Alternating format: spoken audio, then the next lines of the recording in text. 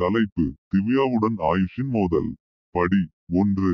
தி reunion. கிராமத்தை ஆட்டிப்படைக்கும் காட்டேரிகளின் குகை என்று வதந்தி பரவிய பாழடைந்த மாளிகைக்குள் ஆயுஷ் எச்சரிக்கையுடன் நுழைந்தபோது அவனது இதயம் பயமும் உறுதியும் கலந்தது. சந்திரஹாஸ் வாளை இறுக பற்றிக் கொண்டு அவன் முன்னோக்கி நகர்ந்தபோது மங்கலான நிலவொளி அமானுஷ்யமான தாழ்வாரங்களை ஒளிரச் செய்தது. திடீரென்று நிழலில் இருந்து ஒரு உருவம் வெளிப்பட்டது. ஆயுஷின் மூச்சு அவரது தொண்டையில் சிக்கியது. அது திவ்யா, அல்லது அவளிடம் எஞ்சியிருந்தது. அவளது ஒரு காலத்தில் துடிப்பான கண்கள் இப்போது வேறொரு உலக பசியால் பிரகாசித்தன.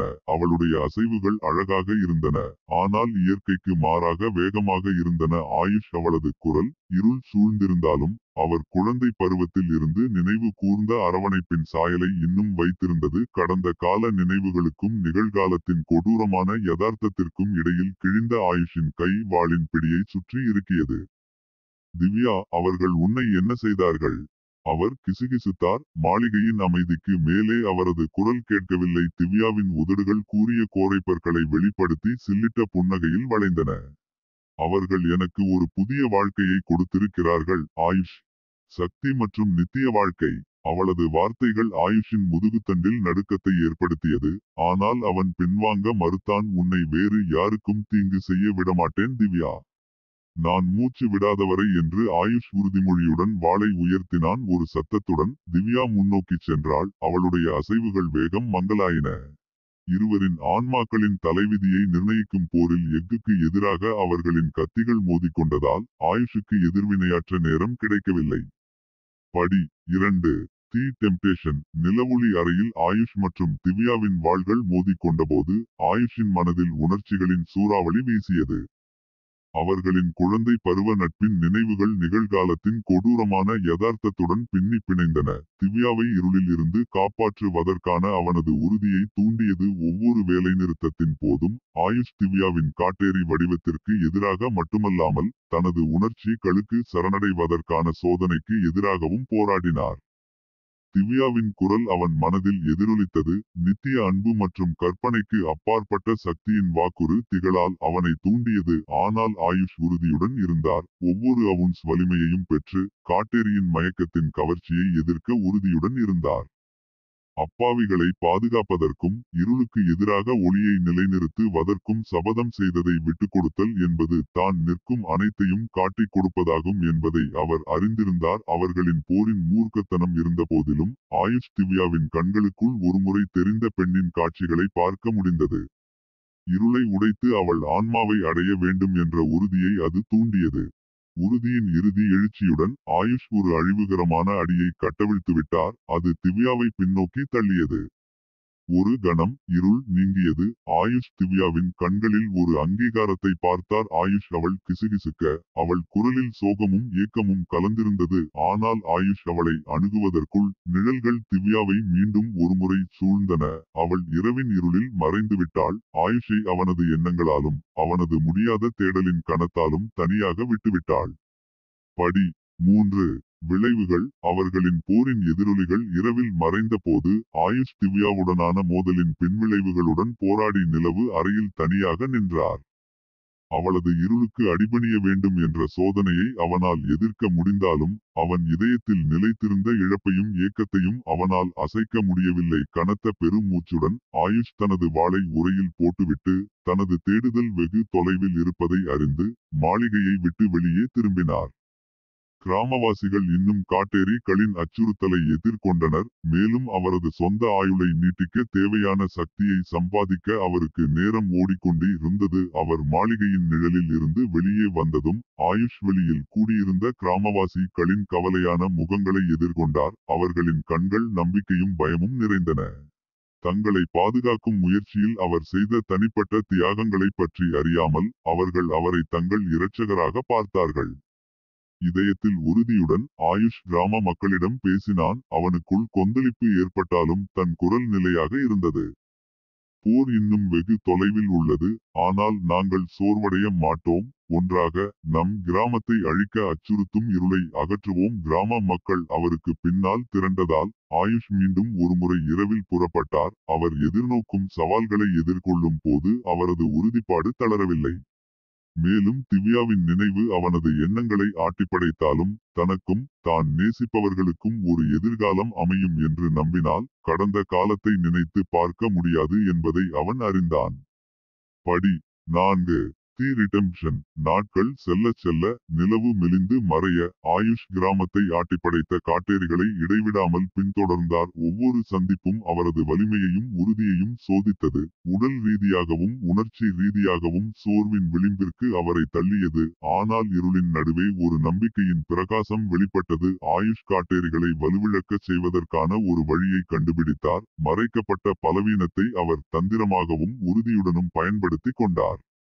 அவர் தோற்கடித்த ஒவ்வொரு காட்டேரியிலும் அவர் தனது சொந்த ஆயுளை நீடிக்க தேவையான சக்தியின் ஒரு பகுதியை பெற்றார். ஆனாலும் வெற்றி பெற்றாலும் திவ்யாவின் நினைவு ஆயுஷின் மனதில் ஒரு பேயாட்டம் போடும் மெல்லிசையாக நீடித்தது. அவளை விழுங்கிய இருளில் இருந்து மீட்க, அவளை காப்பாற்ற இன்னும் வாய்ப்பு இருக்கிறது என்ற உணர்வை அவனால் அசைக்க முடியவில்லை. ஒரு புதிய நோக்கத்தால் உந்தப்பட்ட ஆயுஷ் காட்டேரியின் சாபத்தின் ரகசியங்களை ஆழமாக ஆராய்ந்து திவ்யாவின் ஆன்மாவின் மீதான அதன் பிடியை உடைப்பதற்கான வழியை தேடினார். அவரது தேடல் அவரை பண்டைய நூல்கள் மற்றும் தடை செய்யப்பட்ட சடங்குகளுக்கு இட்டுச் சென்றது. ஒவ்வொரு அடியும் அவரை உண்மைக்கு நெருக்கமாக கொண்டு வந்தது. பின்னர் ஒரு மோசமான இரவு ஆயுஷ் மீண்டும் திவ்யாவுடன் நேருக்கு நேர் வந்தான். ஆனால் இம்முறை போர் இல்லை, வாள் மோதல் இல்லை. மாறாக ஆயுஷ் அவளை கட்டிப்போட்ட இருளில் இருந்து விடுபடுவதற்கான வாய்ப்பை அளித்து அன்பு மற்றும் மீட்பின் வார்த்தைகளுடன் அவளை அணுகினான். கண்களில் கண்ணீருடன் திவ்யா ஆயுஷை அணைத்துக் கொண்டாள். அவள் இழந்த வாழ்க்கைக்கான நன்றியுடனும் ஏக்கத்துடனும் இதயம் நிறைந்தது. விடியலின் முதல் வெளிச்சம் இருளை உடைத்தபோது ஆயுஷும் திவ்யாவும் ஒன்றாக நின்றார்கள். அவர்களின் ஆத்மாக்கள் எந்த சாபத்தையும் விட வலுவான பிணைப்பில் பின்னி பிணைந்தன. திவ்யாவுக்கு மட்டுமின்றி தனக்கும் தான் விமோசனம் கிடைத்துள்ளது என்பதை அந்த நிமிடத்தில் ஆயுஷ் அறிந்தான். மேலும் சவால்கள் பல இருந்தபோதிலும் அன்பும் நம்பிக்கையும் தனது பயணத்தில் அவரை வழிநடத்தும் என்பதை அறிந்த அவர் புதுப்பிக்கப்பட்ட வலிமை மற்றும் உறுதியுடன் அவற்றை எதிர்கொண்டார். படி 5. இறுதி நிலைப்பாடு. அவரது பக்கத்தில் திவ்யாவுடன் ஆயுஷ் தனது இறுதி சவாலை எதிர்கொண்டார். அவர்களின் கிராமத்தில் இருளை கட்டவிழ்த்து விட்ட மாஸ்டர் வாம்பயர் ஒளியின் பாதுகாவலர்கள் மீது அதன் சீற்றத்தை கட்டவிழ்த்து விட தயாரான போது அதன் கண்கள் தீய சக்தியால் எரிந்து கொண்டிருந்தன. ஆனால் ஆயுஷ் மட்டும் இல்லை. கிராம மக்கள் அவருக்கு பின்னால் அணிவகுத்து புதிய தைரியம் மற்றும் உறுதியுடன் ஆயுதம் ஏந்தியதால் அவர்கள் இருளின் சக்திகளுக்கு எதிராக ஒன்றுபட்டனர். ஒன்றாக அவர்கள் ஊடுருவும் நிழல்களுக்கு எதிராக நம்பிக்கையின் தடையை உருவாக்கினர். போர் நடந்து கொண்டிருந்தபோது ஆயுஷும் திவ்யாவும் அருகருகே சண்டையிட்டனர். அவர்களின் வாள்கள் காதல் மற்றும் மீட்பின் உறுதியுடன் இருளை வெட்டியது. ஒவ்வொரு வேலைநிறுத்தத்தின் போதும் அவர்கள் கிராமத்தின் மீதான மாஸ்டர் வாம்பயர்களின் பிடியை பலவீனப்படுத்தினர். அவர்களின் உறுதிப்பாட்டை தூண்டுவதற்கு அவர்களின் பிணைப்பின் வலிமையை பயன்படுத்தினர். ஆனால் போர் அதன் உச்சக்கட்டத்தை எட்டியபோது வெற்றி விலை கொடுக்கப்படும் என்பதை ஆயுஷ் அறிந்தார். மாஸ்டர் வாம்பயரின் சக்தி மிகவும் அதிகமாக இருந்தது. அதன் இருள் வெறும் மனிதர்களால் மட்டும் அழிக்க முடியாத அளவுக்கு அதிகமாக இருந்தது. கனத்த இதயத்துடன் ஆயுஷ் இறுதியான தியாகத்தை செய்தார். அவர் தனது போர்களின் மூலம் சம்பாதித்த சக்தியை இறுதி பேரழிவுகரமான அடியாக மாற்றினார். அவனுடைய வாள் தலை சிறந்த காட்டேரியின் இதயத்தை துளைத்தபோது உள்ளிருந்து ஒரு கண்மூடித்தனமான ஒளி வெடித்து ஆயுஷ் மற்றும் உயிரினம் இரண்டையும் மகிமையின் சுடரொளியில் விழுங்கியது. போருக்கு பிறகு கிராம மக்கள் இருளில் இருந்து வெளிப்பட்டனர். அவர்களின் வீரத்தின் தியாகத்தால் அவர்களின் ஆவிகள் உயர்த்தப்பட்டன. ஆயுஷ் மறைந்த போதிலும் அவர் காப்பாற்றியவர்களின் இதயங்களில் அவரது மரபு வாழ்ந்தது. இருளால் முற்றுகையிடப்பட்ட உலகில் நம்பிக்கையின் கலங்கரை விளக்கமாக இருந்தது.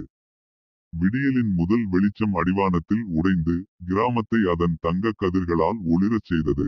ஆயுஷின் ஆவி சுதந்திரமாக உயர்ந்தது. அவர் தனது விதியை நிறைவேற்றி அவர் விரும்பிய நிலத்தில் அமைதியை கொண்டு வந்தார். படி 6. எபிலோக். இறுதி போருக்கு பிறகு சந்திரபூர் கிராமம் நிழலில் இருந்து வெளிப்பட்டது. வெளிப்பட்ட நிகழ்வுகளால் எப்போதும் மாறியது. ஆயுஷின் தியாகத்தின் நினைவு அவர்களின் இதயங்களில் கனமாக இருந்தது.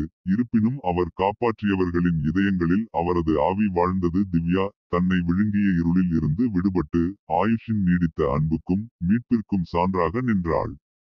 வடுக்கள் அவர்களின் கிராமத்தை அழித்தாலும், சோகம் காற்றில் நீடித்தாலும், இடிபாடுகளுக்கு மத்தியில் நம்பிக்கையின் உணர்வு மலர்ந்தது. ஆயுஷின் தைரியம் மற்றும் தியாகத்தால் விதைக்கப்பட்ட ஒரு விதை நாட்கள் வாரங்களாகவும், வாரங்கள் மாதங்களாகவும் மாற, வாழ்க்கை மெதுவாக சந்திராபுரத்திற்கு திரும்பியது. கடந்த கால காயங்கள் குணமடையத் தொடங்கின. கிராம மக்கள் தங்கள் வீடுகளையும் வாழ்க்கையையும் மீண்டும் கட்டியெழுப்பும் போது சிரிப்பு மீண்டும் தெருக்களில் எதிரொலித்தது. ஆனால் திவ்யாவிற்கு அந்த பயணம் வெகு தொலைவில் இருந்தது.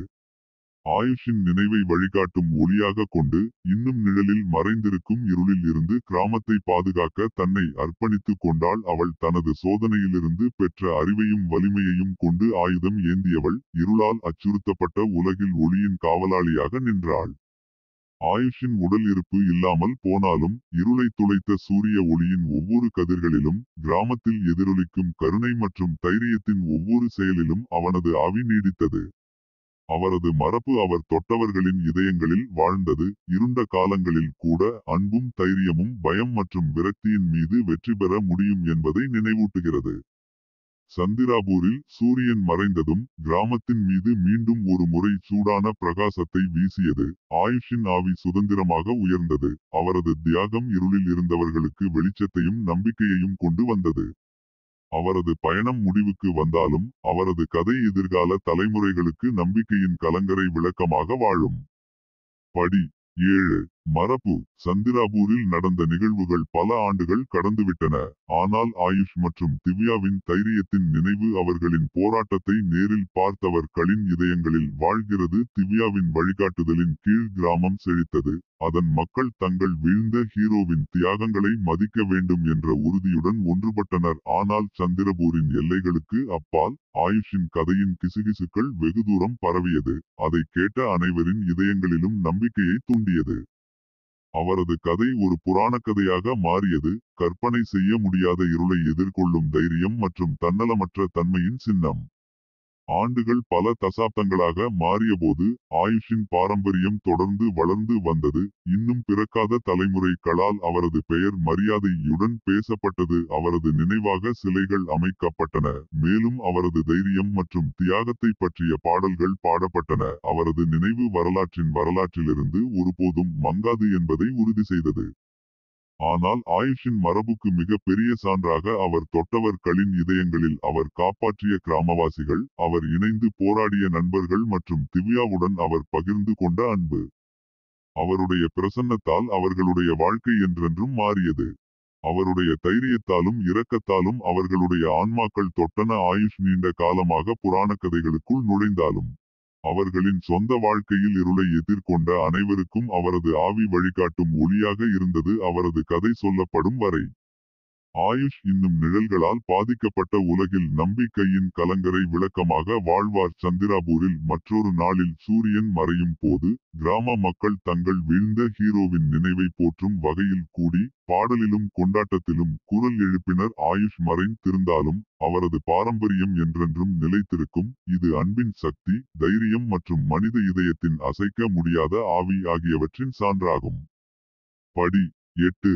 தி எடர்னல் பாண்ட். மரண புரிதலுக்கு அப்பாற்பட்ட உலகில், விதியின் இழைகள் நெய்யப்பட்டு, பிரிந்தவர்களின் ஆவிகள் ஆறுதல் பெறும் இடத்தில், ஆயுஷின் பயணம் தொடர்ந்தது. அன்பு மற்றும் மீட்பின் ஒளிரும் ஒளியால் வழிநடத்தப்பட்ட அவர், பிற்கால வாழ்க்கையின் இயற்கையான நிலப்பரப்புகளை கடந்து சென்றார். அவரது ஆவி திவ்யாவுடன் அவர்களின் பகிரப்பட்ட போராட்டத்தின் நெருப்பில் பிணைக்கப்பட்ட ஒரு நித்திய பிணைப்பில் பிணைந்தது. ஒன்றாக அவர்கள் முடிவில்லாத இருத்தலுக்குள் அலைந்து திரிந்தனர். அவர்களின் ஆன்மா நித்திய பக்தி நடனத்தில் ஒன்றுபட்டது. அவர்கள் எங்கு சென்றாலும், அவர்கள் இருளுக்கு வெளிச்சத்தையும் நம்பிக்கையற்றவர்களுக்கு நம்பிக்கையையும் கொண்டு வந்தனர். குழப்பத்தில் சிக்கித் தவிக்கும் உலகில் அவர்களின் இருப்பு அன்பு மற்றும் தைரியத்தின் கலங்கரை விளக்கமாக இருந்தது. விண்ணுலகில், ஆயுஷ் மற்றும் திவ்யா இருத்தலின் எப்போதும் மாறிவரும் திரைச்சீலைக்கு மத்தியில் அமைதி கண்டனர். அவர்கள் நித்திய வசந்தத்தின் வயல்களில் கைகோர்த்து நடந்தார்கள். அவர்களின் சிரிப்பு காற்றை நிரப்பிய வான இணக்கங்களின் இனிமையான மெல்லிசையுடன் கலந்தது. ஆனால் சொர்க்கத்தில் கூட அவர்களின் பயணம் இன்னும் முழுமையடையவில்லை. அவர்கள் ஒருவருக்கொருவர் ஆறுதல் கண்டிருந்தாலும், வழிகாட்டுதலும் மீட்பும் தேவைப்படும் ஆன்மாக்கள் இன்னும் இருந்தன. இன்னும் பிரபஞ்சத்தை நுகரும் இருள் சக்திகளுக்கு எதிராக போராட வேண்டும். கைகோர்த்து ஆயுஷும் திவ்யாவும் தங்கள் பயணத்தை தொடர்ந்தனர். அவர்களின் ஆவிகள் காலத்தையும் இடத்தையும் கடந்த ஒரு பந்தத்தில் எப்போதும் பின்னி பிணைந்தன. காதல் தாங்கும் வரை மற்றும் தைரியம் பிரகாசமாக எரியும் வரை அவர்கள் ஒளியின் பாதுகாவலர்களாக, ஹீரோக்கள் தேவைப்படும் உலகில் என்றென்றும் நம்பிக்கையின் நித்திய சாம்பியன்களாக நிற்பார்கள். படி 9. மறுபிறப்பு. யுகங்கள் கடந்து இருத்தலின் சுழற்சி மீண்டும் ஒருமுறை விரிவடைந்ததும் ஆயுஷ் மற்றும் திவ்யாவின் ஆவிகள் மீண்டும் மரண உலகிற்கு இழுக்கப்பட்டது. அவர்களின் நித்திய பிணைப்பு அவர்களை ஒரு புதிய தொடக்கத்திற்கு வழிநடத்தியது. மலைகள் மற்றும் பசுமையான காடுகளுக்கு மத்தியில் அமைந்துள்ள ஒரு சிறிய கிராமத்தில் ஒரு குழந்தை பிறந்தது. ஆயுஷ் மற்றும் திவ்யாவின் பாரம்பரியத்தை ஒரு புதிய சகாப்தத்திற்கு கொண்டு செல்ல விதிக்கப்பட்ட குழந்தை. அவர் பிறந்த தருணத்திலிருந்து இந்த குழந்தை சிறப்பு வாய்ந்தது என்பது தெளிவாக தெரிந்தது. அவரது முன்னோடிகளை வரையறுத்த அதே தைரியம் மற்றும் உறுதிப்பாட்டின் அதே தீப்பொறியுடன் அவரது கண்கள் ஒளிரும். அவர் வளர வளர குழந்தையின் விதி தெளிவாக தெரிந்தது. கடந்த காலத்தின் கிசுகிசுக்கள் மற்றும் காலத்தை தாண்டிய அன்பின் எதிரொலிகளால் வழிநடத்தப்பட்ட அவர் தனக்கு முன் வந்தவர்களின் அடிச்சுவடுகளை பின்பற்றி சுய கண்டுபிடிப்பு மற்றும் மீட்புக்கான பயணத்தை தொடங்கினார். கடந்து செல்லும் ஒவ்வொரு நாளிலும் குழந்தையின் சக்திகள் வளர்ந்தன.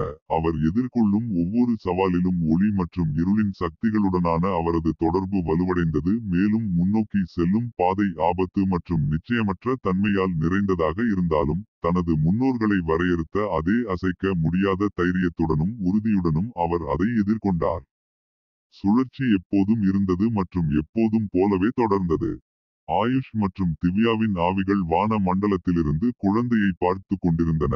அவர்களின் அன்பு இரவு வானத்தில் வழிகாட்டும் நட்சத்திரம் போல அவன் மீது பிரகாசித்தது. இறுதியில் ஒளியை தழுவி இருளுக்கு எதிராக நிற்க துணிந்தவர்களால் தங்கள் பாரம்பரியம் தொடரும் என்பதை அவர்கள் அறிந்திருந்தனர்.